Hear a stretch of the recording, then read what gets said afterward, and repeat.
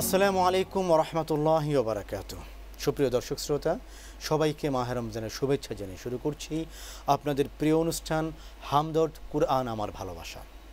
দর্শক, আজকে দুজন বিশেষ ব্যক্তিকে আমরা আমাদের অনুষ্ঠানে আমন্ত্রণ জানিয়েছি, পরিচয় করে দিচ্ছি তাদের সঙ্গে। শুরুতেই আছেন খুদে বিস্ময় বালক, মাছরাঙ্গা টেলিভিশনে আয়োজিত আন্তর্জাতিক হিফজুল কুরআন প্রতিযোগিতা 2014 বিজয়ী হাফেজ মোহাম্মদ হুসাইন আহমদ। সঙ্গে আছেন বিশিষ্ট সমাজসেবক আলহাজ মোহাম্মদ ফজলুল করিম। মহতারাম, আপনাদের দুজনকে আজকের অনুষ্ঠানে সাদর আমন্ত্রণ। দর্শক, শুরুতেই কথা বলবো খুদে প্রতিভা হাফেজ হুসাইন আহমদের সঙ্গে। হুসাইন আহমদ, তুমি কেমন আছো? আলহামদুলিল্লাহ, ভালো আছি। ভয় লাগছে? জি না। তুমি একটু কুরআন তেলাওয়াত করে শোনাও আমাদেরকে। أعوذ بالله من الشيطان الرجيم. بسم الله الرحمن الرحيم. وبرزت الجحيم للغاوين وقيل لهم أين ما كنتم تعبدون من دون الله هل ينصرونكم أو ينتصرون فكبكبوا فيها هم والغاوون وجنود إبليس أجمعون قالوا وهم فيها يختصمون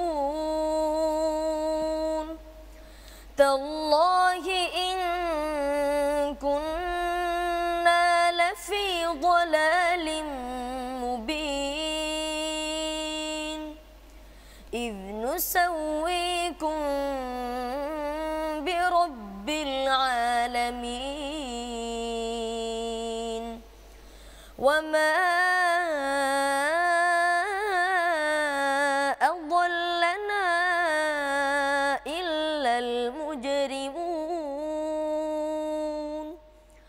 فما لنا من شافعين ولا صديق حميم فلو أن لنا كرة فنكون من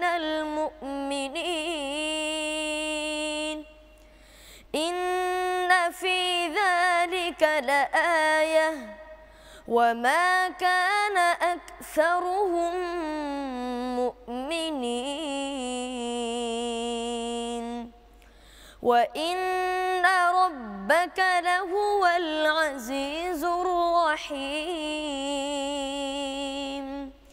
كذبت قوم نوح المرسلين إذ قال لهم أخوهم نوح ألا تتقون إني لكم رسول أمين فاتقوا الله وأطيعون صدق الله مولانا العظيم. অনেক অনেক ধন্যবাদ হাফেজ হোসেন আহমদ তোমাকে। খুবই সুন্দর করে তুমি পড়ছিলে মহান আল্লাহ রাব্বুল আলামিনের পবিত্র কালাম। প্রিয় দর্শক, কুরআনুল কারীম এটি আল্লাহ রাব্বুল আলামিনের এক অনন্য নিয়ামত। আর এই নিয়ামতকে সুন্দর করে তেলাওয়াত করতে পারা, মনোমুগ্ধকরভাবে পড়তে পারা, এটিও আল্লাহর এক বিশেষ দান। আমরা এই ছোট্ট শিশুটির জন্য দোয়া করি, আল্লাহ রাব্বুল আলামিন তার জীবনকে কোরআনের আলোয় আলোকিত করুন, আল্লাহুম্মা আমিন। চলে আসবো ফজলুল করিম ভাই, আপনার কাছে কেমন লাগলো এই ছোট বাচ্চার কোরআন তেলাওয়াত শুনে? জি আলহামদুলিল্লাহ, আলহামদুলিল্লাহ। এরকম আমরা সবাই প্রত্যাশা করি যে আমাদের বাচ্চারাও কোরআন পড়তে জি পারে। জি জি, আলহামদুলিল্লাহ। তো আপনার কাছে যেটি নিয়ে আসবো, আমরা জানি বাংলাদেশের প্রত্যন্ত অঞ্চলগুলিতে কুরআনি মক্তব প্রতিষ্ঠার পিছনে আপনি এবং আপনাদের বেশ অবদান রয়েছে। কোন জায়গা থেকে এই প্রেরণাটি আপনারা পেলেন যে একেবারে গ্রামীণ পর্যায়ে মক্তবগুলিকে সুন্দর করতে হবে, সমৃদ্ধ করতে হবে, এই কথাটি যদি আমাদেরকে একটু বলেন। আলহামদুলিল্লাহ, আমি ছোট থেকেই, আমার বাড়ি শেরপুর নকলা কাজাইঘাটা গ্রাম, মৌলভী বাড়ি। আমি যখন ক্লাস 3-4-এ পড়ি তখন মক্তবে আমি আল্লাহ পাকের হকরত শেখার জন্য আল্লাহ পাক তৌফিক নসিব করছেন। মাশাআল্লাহ। সেখান থেকে আমি উদ্বুদ্ধ হয়ে এখনো পর্যন্ত আমি মক্তবের ফিকির করে আসছি আর কি। তো আরও কিছুদিন পরে আমার বড় ভাই, আমার আম্মা বললেন যে তুমি আমাদের গ্রামে একটা মাদ্রাসা প্রতিষ্ঠা করো আর কি। তো উনি ওনার কথা শুনে তো একটি মাদ্রাসা নুরানি নাজারা হেফস বিভাগ খুললেন। কিছুদিন উনি চালিয়ে যাওয়ার পরে উনি একটু অন্যদিকে ডাইভার্ট হন। তারপর থেকে আমার উপরে এর পরিচালনার দায়িত্ব পড়লো আর কি। তো দীর্ঘ 10-12 বছর যাবৎ এই মাদ্রাসা পরিচালনার দায়িত্বে আমি আছি। আল্লাহ পাকের অশেষ রহমত, বর্তমানে আমি শুধু ওই মাদ্রাসা না, তো আপনি জেনে খুশি হবেন আমাদের সাথে কিছু দিনী ভাই, কিছু ওলামায়ে কেরাম মিলে আমরা উত্তরবঙ্গে যেখানে অবহেলিত, আমরা নিজেরা সফর করি, ওখানে যে দেখি যে কিছু মাদ্রাসা মক্তব এমনভাবে অবহেলিত অবস্থা আছে।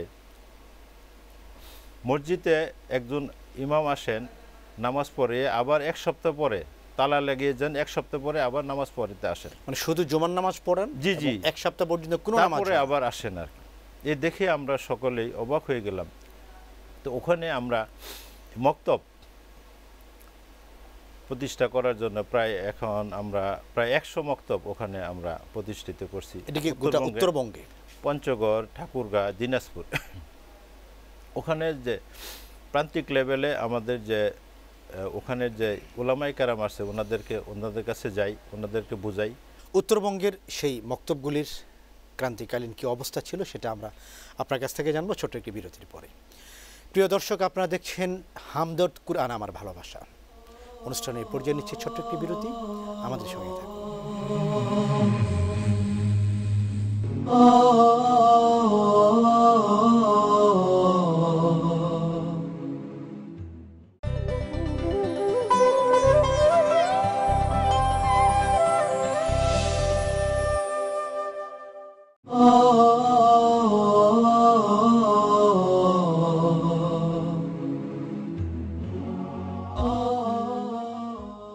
দর্শক, আমন্ত্রণ বিরতি পেরিয়ে আপনারা দেখছেন আপনাদের প্রিয় অনুষ্ঠান হামদর্দ কুরআন আমার ভালোবাসা।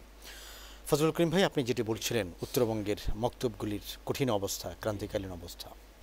ভিজিট করার পরে আমরা ওখানে প্রতিটা গ্রামে একজন করে মুআল্লিম ট্রেনিং দেওয়ার পরে ওখানে মক্তব প্রতিষ্ঠা করি।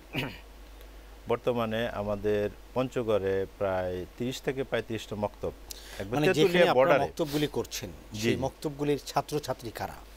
ছাত্রছাত্রী সাধারণ মানুষ, গৃহস্থ, ব্যবসায়ী, চাকরিজীবী, ওখানে সাধারণ মানুষ যারা গৃহস্থ খেতে খামারে কাজ করে, এদের বাচ্চারা আসলে এরা এত অবহেলিত। আমরা যখন মক্তব ওখানে প্রতিষ্ঠা করলাম, এর আগে এরা আল্লাহ পাকের হরকত কি জিনিস এরা ধরাছোঁয়ার বাইরে ছিল আর কি, মানে কোরআনী শিক্ষা থেকে সম্পূর্ণ জি জি বঞ্চিত ছিল আর কি। আলহামদুলিল্লাহ, আমরা যখন মক্তব ওখানে প্রতিষ্ঠিত করলাম, মাশাআল্লাহ, বা ওখানে একটি মাত্র 30 থেকে প্রায় 105 জন ছাত্র আচ্ছা এলাকার পড়াশোনা করতেছে। সাধারণ মানুষের সন্তান? জি, সাধারণ মানুষের সন্তান। তো এইভাবে আমরা একটু খেদমত করে আসতেছি। আল্লাহ পাকের অশেষ রহমত, আল্লাহ পাক যেন আমাদেরকে এবং আমাদের সাথে যারা দিনী ভাই আসছেন সারা বাংলাদেশে আমি আহ্বান করি যে আমরা ছোটোখাটো যারা ব্যবসা করি, তো আমরা যদি একটু আল্লাহ পাকের এই রহমতের ফিরে আসি, তো আমরা এই মহতি এই মক্তব সারা বাংলাদেশে আমরা প্রতিষ্ঠিত করতে পারবো। আসলে মানে আপনারা উত্তরবঙ্গে যে জায়গাগুলিতে মক্তবগুলি প্রতিষ্ঠা করেছেন, এই মক্তবগুলির মাধ্যমে সমাজে জি সেখানের কোনো পরিবর্তন আসছে বলে কি? জি, ইনশাল্লাহ ইনশাল্লাহ। প্রথমত বাচ্চাদেরকে আমরা আল্লাহ পাকের হরকত শেখাচ্ছি এবং ওখানে যারা শিক্ষক ওনারা তার আব্বুদেরকে সালাম দিচ্ছেন প্রথম, যে বাবা তুমি যে শিখতেছো আল্লাহ পাকের কালাম, তোমার বাবাকে সালাম দেবা। তো সালাম একটা বিনিময় হচ্ছে। তারপরে কিছুদিন এই আমল হওয়ার পরে তারপরে আবার ওনাদেরকে বাচ্চাদেরকে শিখিয়ে দেওয়া হচ্ছে, তোমার আব্বু কি নামাজ পড়ে, তোমরা নামাজের দাওয়াত দিবা। আব্বু হুজুর বলছেন আপনাকে নামাজ পড়তে, আম্মুকে তোমাকে বলছেন নামাজ পড়তে, চাচা ভাতিজা যেখানে আছে। তো এইভাবে ওই পুরা এরিয়া মানে উদ্বুদ্ধ হয়ে সব বাচ্চারা এখন মক্তবে দাবিত হচ্ছে ইনশাআল্লাহ। মাশাআল্লাহ। আপনি নিজের কথা বলছিলেন যে একেবারে শিশু বয়স থেকে আপনি মক্তবে জি গিয়েছিলেন। জি জি। তখনকার মক্তবগুলির পরিবেশ কি ছিল? আসলে তখন আমাদের আকাবিরা প্রত্যেকটা গ্রামে প্রত্যেকটা মহল্লায় তখন মক্তব ছিল। আচ্ছা। তো আমরা সুযোগ পেয়েছি, কিন্তু এখন দেখতেছি যে মক্তব তো খুব কম। মানুষের আসলে ধারণা যে ঘুম থেকে উঠে এখন ABCD শিখতে, সরু সরাই শিখতে, আসলে সেটা ঠিক না। আসলে আমরা মুসলমান, আল্লাহ পাক আমাদেরকে তো কীট পতঙ্গ বানাইতে পারতেন, গরু ছাগল বানাইতে পারতেন। সেই ক্ষমতা এবং অধিকার আল্লাহ জি, রাব্বুল আলামিনের আল্লাহ আছে। পাক, জি, আমাকে আপনাকে আজকে আশরাফুল মাখলুকাত হিসাবে আল্লাহ সৃষ্টি করেছেন। আল্লাহ পাকের নাম এই পবিত্র জবানে নেওয়ার জন্য তৌফিক নসিব করছেন। আল্লাহ পাকের কালাম পড়ার জন্য তৌফিক নসিব করছেন আল্লাহ। তো সেজন্যই আমরা সকলেই, সকল দিনী ভাই, সকল উম্মত মুহাম্মদী আমি আহ্বান যে আল্লাহ পাকের হরকত, ছোট বাচ্চা, যে এদেরকে এদের জেহেনে যেন আল্লাহ পাকের হরকত প্রথমে আমরা দেই, তারপরে স্কুলে কলেজে যেখানেই যাক অসুবিধা নেই। মানে একটি বাচ্চার অন্তরে যখন তার জি, জি। শিশু বয়সে জি কালামুল্লাহ শরীফের শিক্ষা প্রবেশ করবে, এই কোরআনের আলোতে তার গোটা জীবন আলোকিত হবে। আলোকিত হবে, জি ইনশাআল্লাহ। যেমন আমরা দেখতে পাচ্ছি আমাদের হাফেজ ইনশাআল্লাহ। হোসেন আহমদ, বয়স খুব বেশি নয়, জি জি তো সে যত চমৎকার করে কোরআন তেলাওয়াত করলো, এটি আসলে আমাদের অনেকের পক্ষেই সম্ভব নয়। ফজলুল করিম ভাই, শেষ প্রশ্নে আসব, কোরআন নিয়ে আপনার জীবনের স্বপ্ন কি? আসলে আমি আমাদের গ্রামে এই মাদ্রাসার বরকতে, এই মাদ্রাসা শুধু ছাত্ররা পড়াশোনা করে না, এলাকার যারা সবাইকে আমি দাওয়াত দিয়েছি। সবাই এখানে এসে সহি শুদ্ধ কোরআন এবং সহি শুদ্ধ নামাজ শিক্ষা লাভ করেছেন। এমনও ব্যক্তি এখানে লেখাপড়া করেছেন, তার নাম নুরুল হক। আমি দেখেছি সে সরু সরাই পড়তে পারত না, আল্লাহ পাকের কালাম সহি শুদ্ধভাবে সে হেফজ করেছে এবং সহি শুদ্ধভাবে সে নামাজ পড়ে এক জায়গায় ইমামতিও করেছে। মাশাআল্লাহ। আসলে আমরা সবাই যদি চেষ্টা করলে জি, জি। জীবনের বয়স জি, জি। যতই হোক না জি, কেন, জি। জীবনের পথ সে যতটাই অতিক্রম করুক না কেন, চেষ্টা করলে আল্লাহ রাব্বুল আলামিনের এই কোরআন সে শিখতে পারে। এটা আপনাদের অভিজ্ঞতায় জি জি প্রমাণিত এটা হয়েছে। আসলে মানে আল্লাহ পাকের যে এত রহমত। তারপরে আমাদের এলাকা, যেহেতু আমি ওই এলাকার সন্তান, ওখানে আমার আসলে বেশি দায়িত্ব এবং কর্তব্য আছে, এরকম সবাইকে আমি আহ্বান করব।